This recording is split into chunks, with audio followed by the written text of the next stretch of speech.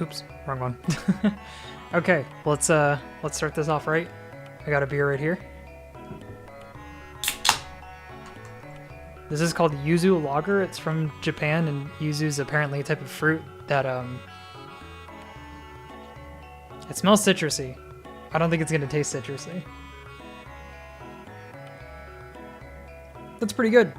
I paid an obscene amount of money for that singular beer, so you can come in here and try it. Also, please ignore my really shitty nails. They're starting to fall off because I did the viticulture review like a week ago, which if you haven't seen that video, just, you know, you can find it. I'm sure it'll be somewhere. Here, try it. That's not bad. Yeah. I wouldn't pay $5 a bottle like a can I for didn't it. pay exactly $5 for it. I wouldn't pay as much as you did for it, but it is good. I paid like $4.50 for that one beer. It was pretty good, but I wouldn't pay that much at all ever again. Yeah.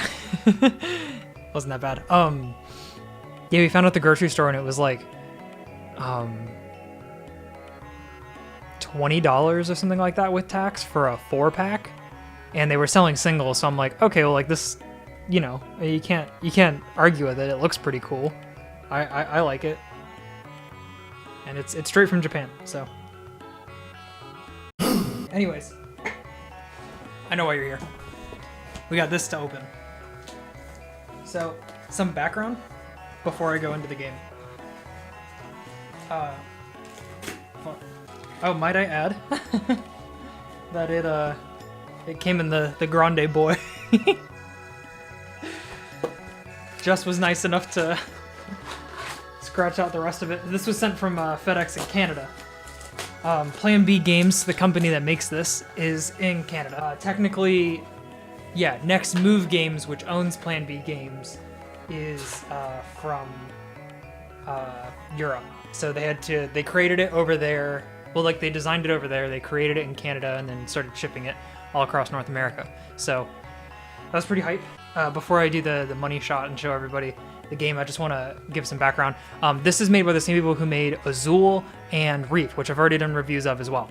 So that's really cool, and you should definitely go check that out if you haven't already, because Azul was the first review I ever did. So this is a company that's near and dear to my heart. I knew them before I knew Stonemeyer. You know, they're just very nice people.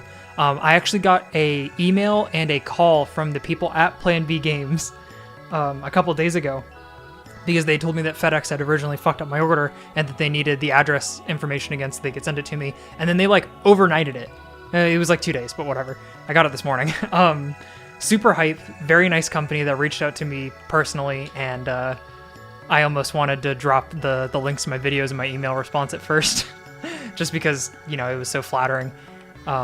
Speaking of which, I actually won a raffle to play Wingspan with the people that are responsible for porting it to digital. So after this unboxing, we're gonna play some Wingspan to try and grind for so I don't get stomped tomorrow in the developer game. Wingspan is definitely my favorite game, and now that's like awesome that I get to be like one of the 3 people that get to play with the developers. So I'm hyped for that, because that's just a really insane opportunity. They also my video too, because I'm in the Wingspan Discord, because of course I am. And yeah, I was like, hey, I made a review about Wingspan a while ago. I mentioned the digital version in it, and I mentioned it in my viticulture review as well, which again, if you haven't watched that, that's up. That's the newest video as of the time of this stream. But I'm super hyped for that too, because it's awesome, right? Like how cool is that? I also got my copy of Terraforming Mars Prelude in today. It's in the other room, so I'm not gonna go grab it. But that's like a out of print, really hard to get expansion, like a, you know, the what's it called? The holy grail of like board game expansions, because it was like pretty much just printed once or twice and not since like 2015, and I managed to get my hands on one, so really happy about that. It's just been a real banger day, that's for sure. Oh, and they finally took my payment for one of the games that I kickstarted about a month ago, called Pachacuna. That's about alpacas. So yeah, it's been a very big, very pog day for gamers out there.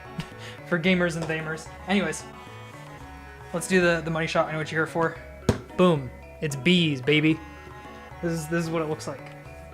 So we'll go ahead and do a unboxing thing of it, but I will show you the expansion as well. So then we've opened the Grande Boy. This is the little butterfly expansion thing that they sent as well. I got this for free for pre-ordering it. It basically gives you the butterfly, the rulebook for the butterfly, and 3 extra butterfly specific tiles. So happy for that. You got that with pre-ordering the game.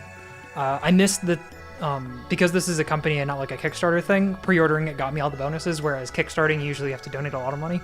I paid what is retail price. I paid MSRP for this, and I got it before any other retailer did. So that's like also insane. I'm super hyped about that no one else is doing this right now. No one else can. Like, people got review copies back in like March or July or something, whenever people were doing that kind of stuff, when they were playtesting the game and finalizing everything. But this is an actual retail version of the game that I got early, and I'm pumped about it. So as soon as I can figure out how to take off shrink wrap without injuring myself, we can start.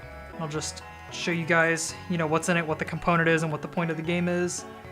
This game has some really cool pieces for a company that made games like Azul and Reef and just like really simple abstract strategy games with like very bare bones pieces and no themes. This has, from what I've seen of it, blown me away.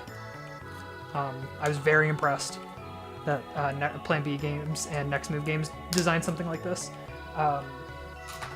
So, you know, the funny thing is, that's just like something that this company does in particular is all of their games are 4 letters, period. They've never published, Plan B and NextMoveGames have never published a game that is not 4 letters long. And this one's Beez with a Z. So I just think that's really cool. So the average playing time for this is 30 to 45 minutes. The game that I watched when they were doing review copies was 30 minutes. And that was like with explaining what they were doing during it. So I don't see this being that bad. Why 4 letters? Next Move. Those are both words that are 4 letters long. And their first like big hit was Azul. And then it was Reef. So I guess they kind of just stuck with it. I just know that that's not like a company policy thing. Like, they won't do it unless your game is 4 letters. They won't pick it up, which is funny. By the way. So, yeah, let me just open this up. Hopefully there's no incriminating information on my desk. Okay, so as soon as I opened it up, there's this little piece of paper here, and it's telling me, it looks like I can fit the tray and everything. Games have gotten a lot better. I'll definitely make a review of Holy, and when I do that, I will show you guys how they tell you to stack all of the stuff back into the board, because that's like really cool. So then this is the appendix, which is just a single page, kind of tells you, you know, like what's up, which is pretty cool. And then I'll just start pulling stuff out of the box. So this is what the game looks like, just sitting like this in the tray. And I will put this back up here, and I will start pulling things out one by one. I do like when they understand it has to all go back in the box. Yes, absolutely. There are a lot of companies that do not get that. So yeah, here's the rule book. I say book, but I think it's like, yeah, it's the classic Plan B unfolding thing. So it's their rule books are always like 4 pages of information. They're pretty easy. Basically, you have 2 phases, and that is flying around and collecting nectar. Oh, and then you have like storing the nectar, making honey, and that's how you get points. So let me show you the B pieces, because that's like the piece de resistance for this. Here are the different B pieces. These are the different Bs you can play as. Blue, gray, orange, and purple. And I'll show you something here that's really cool. Let's take the purple one, because it's probably the easiest to contrast on the screen. Is that if you look here, you'll see stuff like numbers and signs and stuff like that. So you'll see 1 out of 5. Was it 2 out of 4, 3? Yeah, and then the same numbers repeating back until blank. So this is how you move.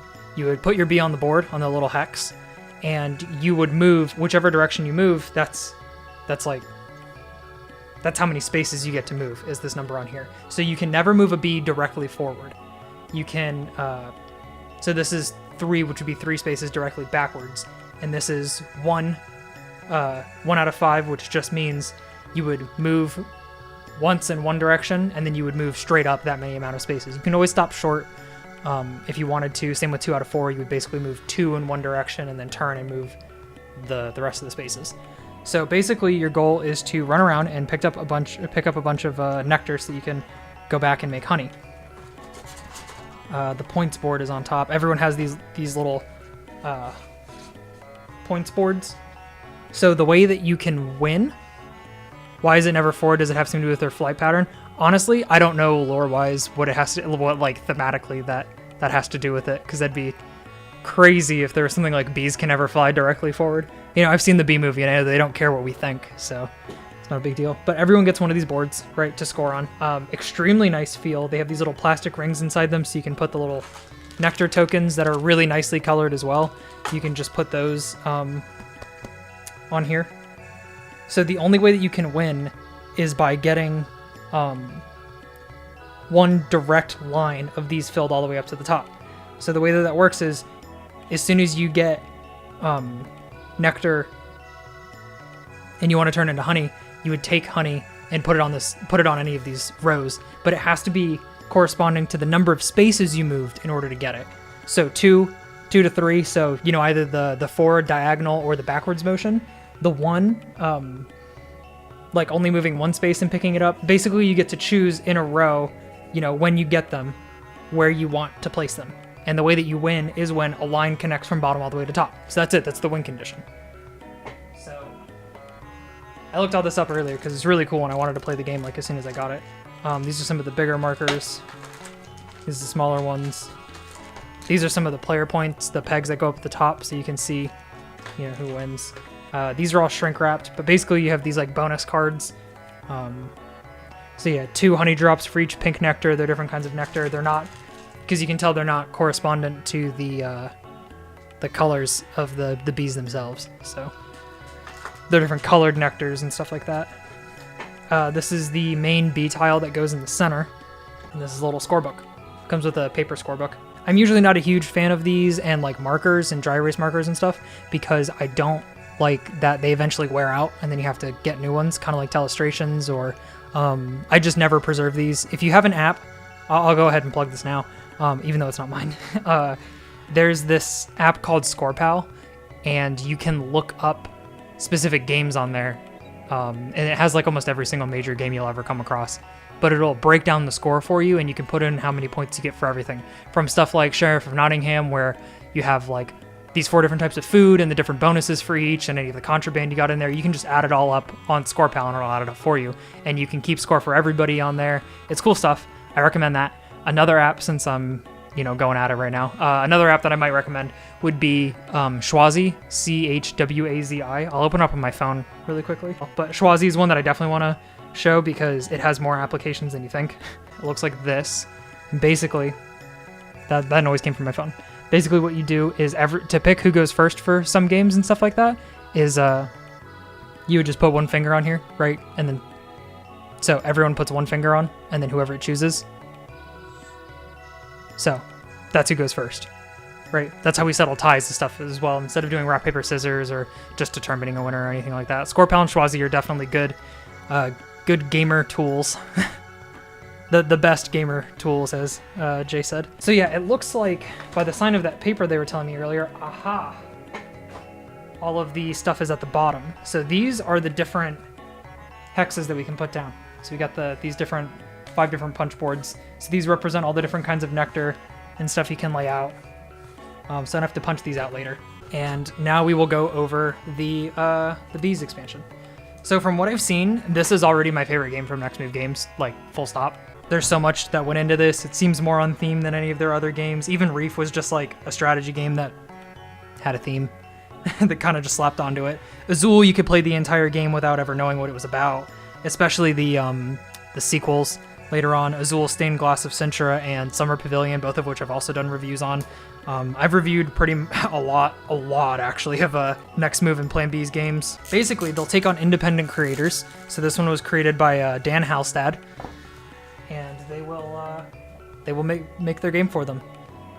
So this is the Beez butterfly expansion. The feel to it is like really nice. I like the look of it.